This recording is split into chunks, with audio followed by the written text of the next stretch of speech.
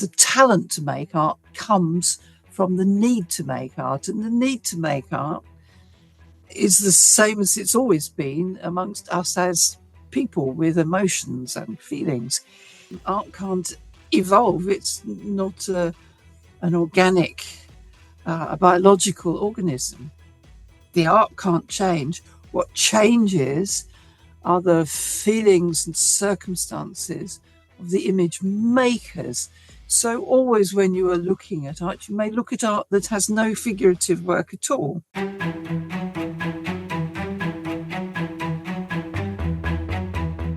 Hello, I'm Anton from TheCollector, and today I'm here with Jill Cook, British Museum Curator and Keeper of the Department of Britain, Europe and Prehistory. We are here to talk about her latest book titled Ice Age Art Now by British Museum Press. Hello, Jill. Hello, good to meet you. Good to meet you too. As you know, there are many stereotypes about the Ice Age, and I think it would be helpful for the people watching the video if you could introduce us to the concept of the Ice Age and perhaps why the prehistoric mind is not that different to the modern mind. Well, that's two huge questions straight out the gate. I have an advanced copy of the book, which I recommend to help people along. So the period we're talking about in the book covers the period from 24,000 years ago to 12,000 years ago, which is the last part of the last ice age. And that period is chosen here because it's a very significant period in terms of image making. And it's the period which the British Museum collection covers the best. Because when we were able to acquire material in the 19th century, the excavators were working in the top levels of the site, which is the more recent material. So we tend to have material from that last late period. And the older material, which we exhibited here so wonderfully 10 years or so ago, comes from further afield and is more recently found because it's deeper within the site. So this art that's in the book is, the images are not the oldest images known even in Europe, but they are rather fantastic because they reflect a renaissance in image making that came after a period of really intensive cold, when for the last time ice spread a long way south across northern Europe. Sea levels were much, much lower, so coastlines were further out to sea than they are now. And it was deeply cold in Europe, and people were on the verge of extinction in Europe. So they, to survive, they had to move south or southeast to get away from this intense cold. And it was not just the cold, it was the dryness as well, because with so much water locked up in ice, there was very little rain or snow. So animals like, well, mammoth and woolly rhinos and other creatures need water. And so they shifted and the people followed them. So certainly across Central Europe and Northern Europe, the land was uninhabited. And so this period of the last glacial maximum, as it's known, 20,000 years ago, is a period when people almost become extinct in Europe. as the climate improves, as it gets warmer again, they start to move back into their former ranges. They follow the animals once again. By 14,000 years ago, even reaching as far north as Britain,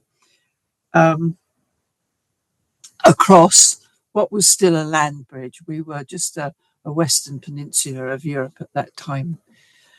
No channel, no sea, so they could just walk across. But the conditions had to be right to do that. So they do this when it starts to warm up again. So from about 18,000 years ago, there's an extraordinary renaissance as we see people coming back, and suddenly, well, not suddenly, but within the record, you get these levels in which you have lots of bone, antler, ivory, stone pieces with drawings on. You have sculptures, and also a continuation of the painting and drawing on cave walls that had been going on from around 38,000 years ago. So what was happening in the caves continues to happen. Styles change a bit, but that keeps on. Those sanctuaries keep on being a particular thing. But what's happening outside is this amazing love of drawing. Drawing using a stone engraving tool. We call it, the stone ones, burins, like the modern metal engraver's tool, held like a pencil, and drawings of the animals around them. They're very much part of nature at this time, and they draw realistically, or they abstract. Sometimes they sculpt. But it's the proliferation of drawing, but also incredible use of pattern becomes a significant feature of this period. And that's quite different from the period before the 20,000 years ago, when the emphasis was much more on small models, small sculptures, voluptuous female figures, and all of those things disappear, and the Renaissance is in drawing. So when you talk about the Renaissance, should we imagine Leonardo da Vinci type of artists? What kind of art were people creating back then? It's imagery that was important to them. It's just in the same way as in the historic Renaissance, the imagery was meaningful, and this is one of the premises of the book, is that there is no starting point, no beginning, no birth of art. Art arises around the world and at different times, where it is needed, where it is wanted. And that need of the talent to make art comes from the need to make art. And the need to make art is the same as it's always been amongst us as people with emotions and feelings. It arises in order to provide all sorts of senses of identity, of heritage, of connection, of status, power, perhaps, of spiritual well-being, and of acknowledging a spiritual world and connecting with the spiritual world and the realms of the cosmos. So any or all of these things might apply at any time And what we're looking at during the Ice Age is those things expressed at that time in the knowledge of the world of the time. So when you talk about perspective in the late Ice Age art, it's not perspective in the sense of an architectural perspective as you have it in the historic Renaissance, but definitely you have the position of animals one to another, which show distance and composition within a landscape. So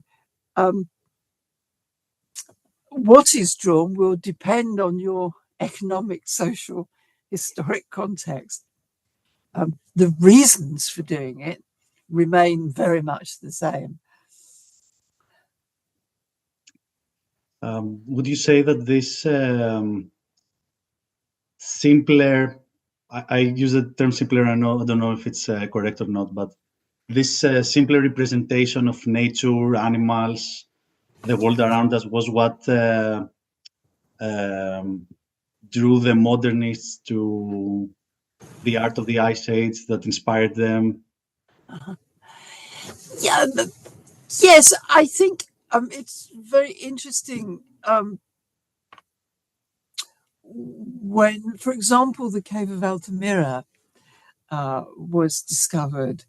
It was doubted as a fake, and the accusation was that it had been done by a mediocre impressionist.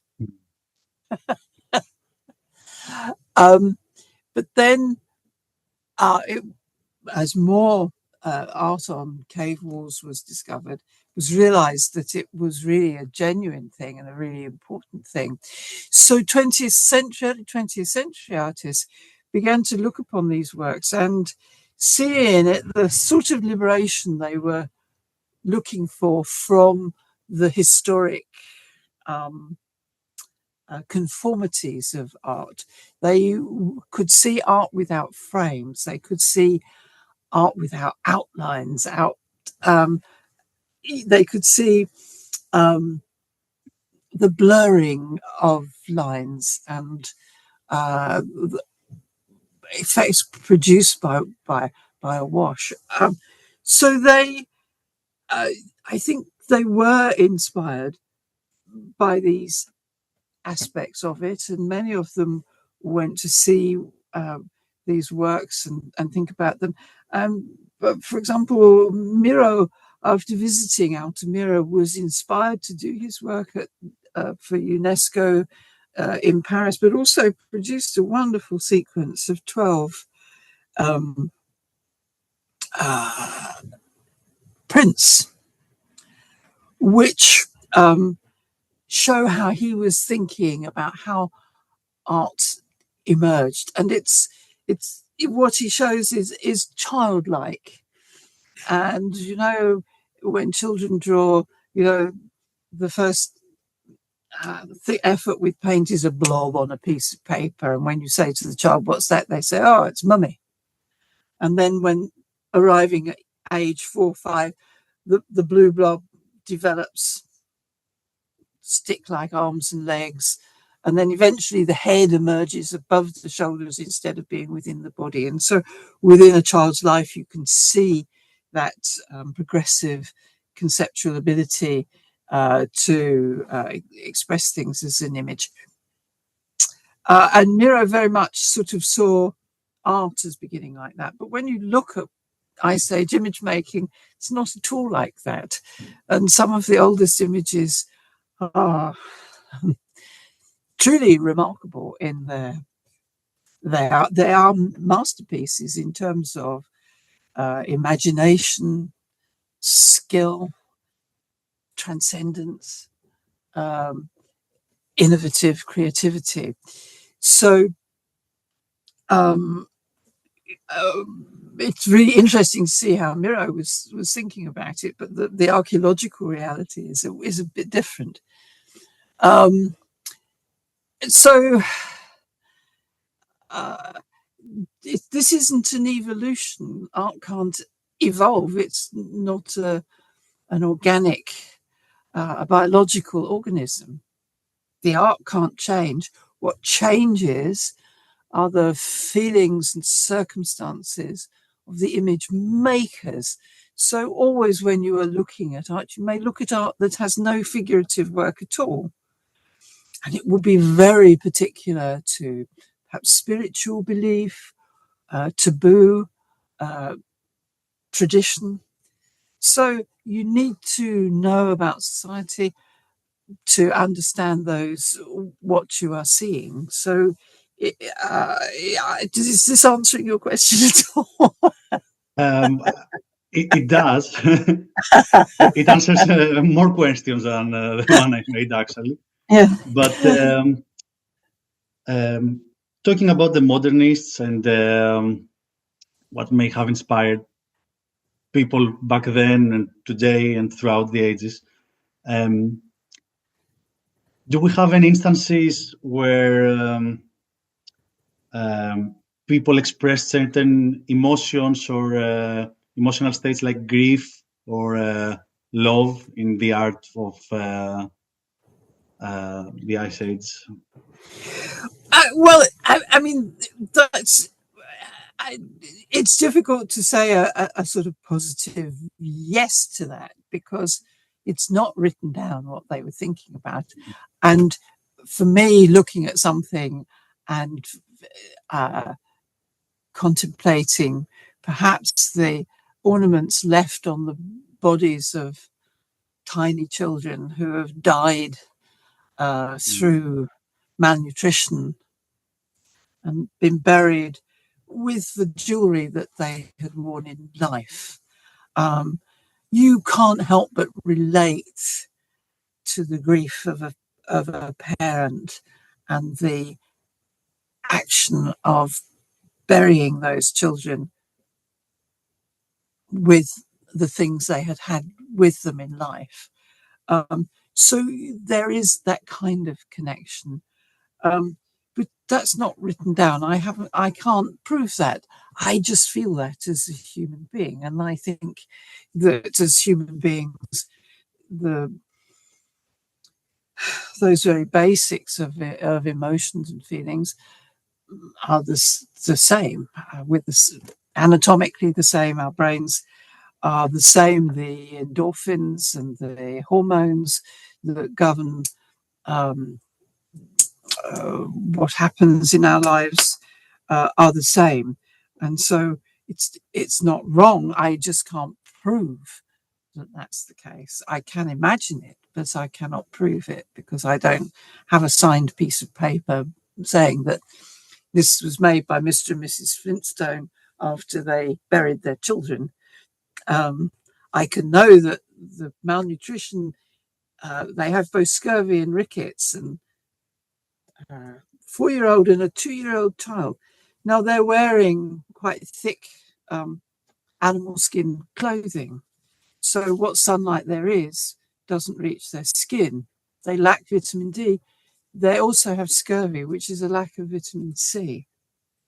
And that's caused because there is a lack of green stuff, of fruit and vegetables. So they have a dietary deficiency.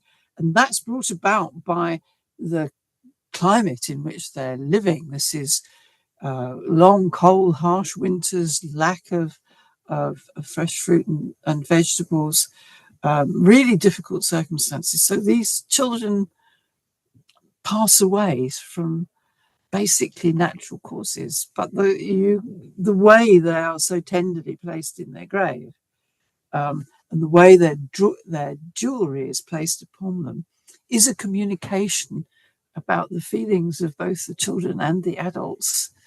You know, it's a reference of care, of heritage, of identity, of grief, of love. Yeah, you also write in the book at some point about that art is like a language, and it's probably not possible to understand the language now. No, But we I don't. think that in this case, you can tell because we're basically the same in terms of anatomy, and you can tell that someone who had a horrible experience and Yeah. created something. Yeah. And I think too, with the section on the book, which is inspired by the work of my colleague Claire Luca on patterns, and we realized that actually there are more pieces which have patterns on them than have drawings of people and animal on them. And her very careful forensic archaeological work on these patterns shows that these patterns are they are a language of sorts, that different patterns occur in different regions, and the way the patterns are set out, whether you have raised elements and half moon elements or diagonally incised elements, and how they're placed into rows, is the way in which words may be placed in a sentence. And to the people who saw those signs, symbols, they were recognizable. Just as if you or I were wearing a t-shirt with a sports logo on it, we would recognize that. Or if we saw the logo of our team, I always think of American football in this, because they have buffaloes and broncos and lions and scary, dominant animals for their mascots. They're not choosing chipmunks and mice. They want to be seen as courageous and strong teams. So the way we choose these things hasn't changed very much. Analysis of how zookeepers think of what their favorite animals are and how they think about those animals. Again, the choice is very rarely for hamsters and little things. They'll say, oh, I love the rhinos. I love the elephants. And they'll go on to give reasons for identifying with those dominant, imposing creatures with whom there is really quite a special relationship, because they are far more powerful. They may have bigger claws, run faster, big teeth, easily bring down a man in certain circumstances, or they just may be big and powerful. But here is the human being with this extraordinary brain who's watched and thought and listened and worked out how to deal with this, how to live alongside this, how to cope with it. And emotion is so much part of that survival, and it's probably emotion that comes out within the art, but also that art bonds and connects, gives status. Just as wearing a brand symbol or recognizing a particular fashion, if you're wearing a particular fashion with a particular logo on it and you see someone else with it, you think, oh, that person thinks like I do. They like what I do. They can afford what I can. So there is a bonding in that. And so those signs are communicating. Now, I can't say what they were communicating 14, 15,000 years ago, but clearly they're doing the same as we do. So I can absolutely say they're communicating something. So what is your favorite theme or object from the book? You have looked at many different objects, and there are many. I think it's really difficult to say what's a favorite, because on a different day I'll have a different favorite. Rather like flowers or a piece of music, you have a different mood, you have a different season of the year, you feel different, and so you perhaps choose a different favorite. But I think what's been great about doing book is looking at two things that I'd never really given a lot of attention to before. One of which is quite a large lump of stone with an undulating sort of hilly surface, on which there are 3 drawings of chamois. One, a male standing up, just as chamois do on the rocky tops of mountains. Clearly alpha male standing there in that sort of high up position which gave him dominance. In the middle, there's a female with her tail up. And below that, another male, this time sitting down, perhaps exhausted. And this is it's extraordinary composition, because chamois live in little herds of females, and the males are lonesome. They just live on their own, except when they need to mate, which happens in around September. And so what we're seeing in this picture is a male chamois doing his alpha male, here I am, posing, and the female all ready for it to happen. So it's a lovely scene. But the fascinating thing is the way the shape of the rock has acted as the landscape. So no drawings of rocks or trees or grass or anything like that, but just the shape of the rock, as on a cave wall. The shape of the rock has been used to carry these drawings. And this is a lovely scene, and they have such distinctive faces and small horns between large ears. And it's a lovely piece of, almost like a field guide to these animals at that time, and discovering another chamois on an extraordinary piece, which also has pattern decoration on it, which we've no idea what the function of it. Has a perforation, but also the lower end is polished as if it's been used for rubbing something soft. And the hole in it is not symmetrical, but asymmetrically. So it's not been worn straight down so that the wear is in one central place. It's asymmetrical, as if something's been pulled back and forward through it.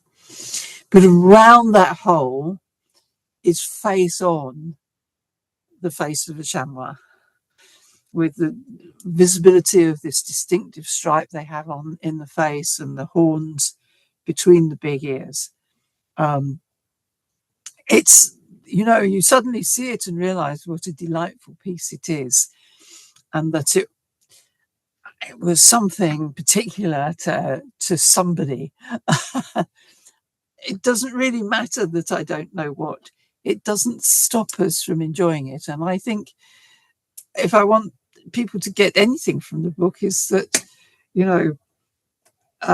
archaeology is essential for understanding the age and the nature and the context and social context of these objects. But somehow, sometimes all that data can become really sterile, and we can forget to look at it and enjoy it for the lovely material that it is. And so it's just, I hope people feel that they have permission to enjoy it. I don't always understand what I'm looking at if I look at a Cubist image or even some Renaissance images. But I may be very moved by them without having to know the detailed biography of the artist and the exact circumstances of his life and the commission for the painting. I can still enjoy a picture without knowing all those things. And what I'm saying is you can enjoy Ice Age images in that same way. You can lift the veil of the archaeological data and look at them and say, oh, wow, isn't that lovely?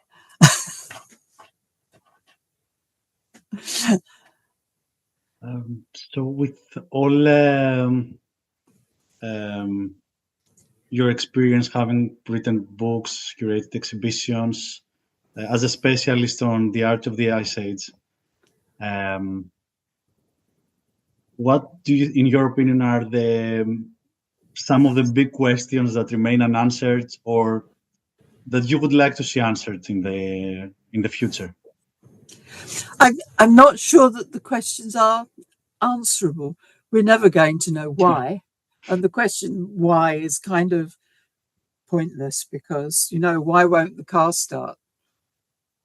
Doesn't take you anywhere. If you say the car won't start, is the battery flat? You have something to investigate. So investigating Ice Age imagery is all about saying,